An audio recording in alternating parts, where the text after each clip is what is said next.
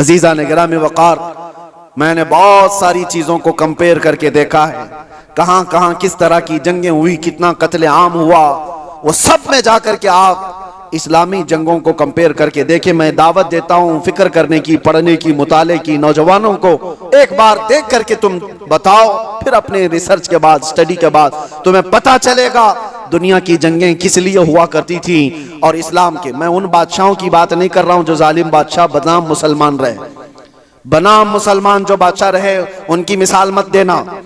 हाँ, मैं उन लोगों की बात कर रहा हूँ जिसमें अबू बकर सिद्दीक आते हैं, मैं उनकी बात कर रहा हूँ जिसमें उमर फारूक आते हैं, मैं उनकी बात कर रहा हूँ जिसमें उस्मान गनी और हैदर कर्रार आते हैं, मैं उन लोगों की बात कर रहा हूँ जिसमें उमर इब्न अब्दुल अजीज आते हैं रिदवानुल्लाह ताला अलैहि मजमाइन, जिन्होंने रसूलुल्लाह सल्लल्लाहु ताला अलैहि वसल्लम के मुकम्मल मिशन को नाफिज किया है। मैं उनकी बात कर रहा हूँ, मिसाल ला करके दिखाओ। हाँ, अगर जालिम बादशाहों की कुछ तुम्हें इक्का दुक्का मिसालें मिलती हैं तो मैं उसको इस्लामी मिसाल नहीं समझता। इस्लाम से जिसका ताल्लुक होगा वो जुल्म और बर्बरियत नहीं करेगा। और दूसरी बात, आखिरी मैं आपको बताऊं, ये दौर भी वही है, पहले का दौर भी ये चलता आ रहा है। दुश्मनों के साथ मुकाबला करने के लिए जवां मर्दी के साथ मुकाबला करो, जो इस्लाम ने बताया।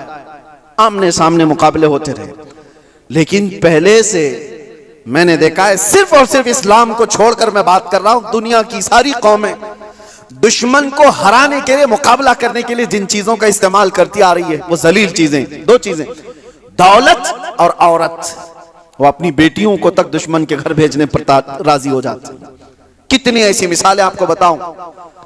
लेकिन इस्लाम ने कभी इस चीज को न जायज करार दिया और न ही कभी ऐसे काम को प्रमोट किया कि कोई अपनी बेटी, क्या अपने गुलाम की बेटी को भी किसी दुश्मन के घर की जीनत बनने नहीं दे सकता, चाहे वो जंग के हालात में ही क्यों ना हो, जंग के हालात में क्यों ना हो। सुल्तान सलाहुद्दीन अय्यूबी के कितने सिपह सालारों को खरीदने के लिए सलीबियों ने अपनी बेटियां भेजी, कितनी बेटियां भेजी। वो वफादार खवातीन आती थी उनकी, और यहां पर वरगला करके अपने दामे फरेब में फंसाने के लिए हर मुमकिन कोशिश करती रही। सिपाहियों में शहवत को फैलाना सुल्तान तक पहुंच गई। आज भी कई बादशाहों के हरम सराओं की जीनत बनी हुई हैं दूसरों की बेटियां। ये जमाने में हर कौम अपनाती आई है, लेकिन इस्लाम ने कभी इसको प्रमोट नहीं किया, कभी नहीं। बल्कि सिद्दीक अकबर रदी अल्लाह ताला अन्हु के जमाने में एक यहूदी खातून आई और कहा, मैं मदीने छोड़कर यमन जाना चाहती हूँ। यहूदी औरत थी, कहा मुझे घुटन महसूस हो रही है, मैं यमन जाना चाहती हूँ। सिद्दीक अकबर ने कहा कोई बात नहीं। दो जवान सहाबा को उस खातून के साथ कर दिया और कहा इसको यमन तक सही सलामत छोड़ के आना, और उसको ऊंटनी पर सवार किया गया। दो नौजवान सहाबी, यहूदी औरत है, मुसलमान औरत की बात नहीं कर रहा हूं, उसको यमन तक लेकर के गए। जहां जहां चेकिंग पॉइंट आती थी, लोग पूछते कौन है, कहां से आ रहा है, ये दोनों जवान जवाब देते खलीफा इस्लाम सिद्दीक अकबर की कोई मेहमान है, यमन जा रही है। कोई सर उठाकर नहीं देखता था। वो खातून यमन पहुंचती है और उसके बाद सारे लोगों को, अपने कबीले को, खानदान को जमा करके कहती है, मैं तो वहां से ये सोच करके आ रही थी कि ये मुसलमान वहशी होंगे, हमारी इज्जतों पर हमला करेंगे, मगर पूरे सफर में मैंने दो जवानों को देखा, एक बार भी नजर उठाकर देखने को तैयार नहीं। मैं गवाही देती हूं कि इस्लाम सच्चा है और मदीना ही पुरअमन है। मैं वापस जाती हूं उसी हरम में जहां रसूलुल्लाह ने अमन के पैगाम पहुंचाए थे। ये बेटियों की हिफाजत के लिए, आपको पता है औरंगजेब औरंगजेब औरंगजेब, आज दुनिया भर में ये जो एक छवि को खराब करने की कोशिश की जाती है, तारीख को तोड़ मरोड़ कर बताने की, आपको पता है। आप तारीख देखें, मैं औरंगजेब की पूरी तारीख बताने के लिए नहीं खड़ा हूं, लेकिन एक चीज मिलती है, बनारस में एक पंडित के घर एक लड़की थी, जवान लड़की, और जब वो जवान हुई तो बनारस में उस वक्त जो गवर्नर था, कोतवाल था शायद, उसका नाम इब्राहिम कुछ था, मुसलमान था, अय्याश किस्म का था। लड़कियों के ऊपर डोरे डालना, उनको पकड़ना, उनको अपने हरम में जीनत बनाना, ये उसके काम थे। अब ये खूबसूरत जवान लड़की पर वो फिदा हो गया, आशिक हो गया, और उसने किसी भी तरह से इस लड़की को हासिल करने के लिए एड़ी चोटी का जोर लगाया। और आखिर में आकर के हुआ ये कि उसके घर के अतराफ हिसार हो जाता था, घेराबंदी। फिर पंडित मजबूर हो गया, अपनी बेटी से कहा कि चलो जब वो बड़ा आदमी है तो उसके आगे हम लोग कुछ नहीं कर सकते, बेटी तुम चले जाओ, तैयार हो जाओ। वो चाहता है तुमसे शादी करने के लिए। लड़की को इस चीज की बिल्कुल भी रजामंदी नहीं थी। उसने कहा कि मुझे थोड़ा वक्त दे दीजिए। वो एक उस वक्त सवारी लेती है बनारस से, तारीख में मौजूद है, और उसने उसी वक्त दिल्ली का सफर इख्तियार किया जहां औरंगजेब आलमगीर जामा मस्जिद में हुआ करते थे। जुमा का दिन था। ये खातून मर्दाना लिबास पहन करके गई, लड़कों का लिबास पहन करके। जब बादशाह इस्लाम उस वक्त के सुल्तान निकल रहे हैं और लोगों से उनकी हाजतें पूछ रहे हैं, उसी वक्त ये लड़की खड़ी थी। औरंगजेब ने अपनी चादर उठा करके दे दी और कहा, बेटी इस लिबास में तुम्हें अच्छा नहीं लगता, तुम अपना चेहरा ढाक लो, तुम अपना सर ढाक लो, और तुम्हारी क्या हाजत है?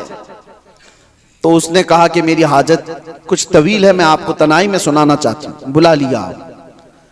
दौलत कदे पर वो खातून आई, जवान लड़की, और उसने वाकया सुना दिया कि आपका भेजा हुआ गवर्नर, आपका भेजा हुआ कोतवाल इस तरह से लड़कियों की इज्जत पर हमला करता है, और मेरे घर पर भी अब उसकी नजर है और मुझे अपनी हरम की जीनत बनाना चाहता है। तो औरंगजेब ने कहा कि ठीक है, वापस जाओ, तुम्हारे बाप से कहो शादी की तैयारियां कर लें। वो लड़की मायूस हो गई, जिस चीज के लिए मैं बनारस से दिल्ली का सफर करके आई थी, बादशाह भी यही कह रहा है, लेकिन एक दिल में एक आस थी कि बादशाह ने मुझे बेटी कहकर पुकारा। वापस वो आई, अपने बाप से कहा, बादशाह ने तो ये कहा। बाप ने कहा कि बेटा अब कहां इंसाफ है, तुम तैयारी कर लो। डोली सज गई और शादी का दिन भी आ गया। वो जालिम अय्याश कोतवाल अपने सिपाहियों समेत इसकी डोली उठाने के लिए आया और रास्ते भर में लोगों पर लुटाते हुए जा रहा था। और जैसे ही बीच रास्ते में पहुंचा, एक फकीर आया और उसको कहा कि मुझे भी कुछ लुटाना चाहते हो? उसने कहा नीचे जितनी गिरी हुई हैं वो सब उठा ले। उस फकीर ने उसको बग्गी से नीचे खींच लिया। तो जैसे ही नीचे खींचा, ये कोतवाल जल्लादों से पुकार कर कहा कि कौन फकीर है जो बदतमीजी कर रहा है, तुम सब के सब आ जाओ। फकीर अपना जुब्बा उठाता है तो वह औरंगजेब वहां पर खड़ा है। कहा, वालिए हिंदुस्तान आलमगीर तेरे सामने खड़ा है, और क्या तुझे इस काम के लिए इस शहर भेजा गया था कि तू रोज अपने हरम सराओं में नई लड़कियों को जीनत बनाए अपनी बिस्तर का? और उसके बाद उसी वक्त उसकी सारी चीजें छीन ली गई। फिर उसको घोड़े के पैरों पर बांधकर खींचा गया। उस लड़की की बारात जो निकली थी, बगैर किसी छूत के, बगैर किसी छुए, इज्जत के साथ डोली को वापस उसके घर पहुंचाया गया और उसको कैद में जल्लादों के हवाले कर दिया गया, कोतवाल को जो जालिम था, अय्याश था। अब जब लड़की बाहर आई तो उसने औरंगजेब से कहा, मेरे घर चले। घर आए, ये आपको तारीख की सच्चाइयां मैं बता रहा हूं। औरंगजेब ने जाते ही कहा कि मुझे 2 रकात नमाज पढ़ने दे दो। 2 रकात नमाज पढ़ने के लिए, ये किसी और का घर नहीं, एक पंडित का घर है। नमाज पढ़ने के लिए जगह दी, नमाज पढ़ा। औरंगजेब ने कहा, फौरन मुझे पानी दो, शिद्दत की प्यास लगी है। पानी ला करके दिया गया घर से। औरंगजेब ने पानी पिया। उसके बाद जानते हो, आंखें खोल कर देखी और कहा, जिस दिन इस बेटी ने मुझे दिल्ली में आकर अपना किस्सा सुनाया था, उस दिन से अभी तक एक कतरा पानी मैंने हलक में नहीं डाला। मैंने तय कर लिया था जब तक इसको इंसाफ ना मिले मैं पानी नहीं पीऊंगा। बेटियों को लोग दूसरों के हरम सरा में पहुंचाने वाले, तारीख इस्लाम को तोड़ मरोड़ कर पेश करने वाले, जरा इस तारीख को भी देखें। और मेरे अजीजों, ये ऐसी वैसी बात नहीं।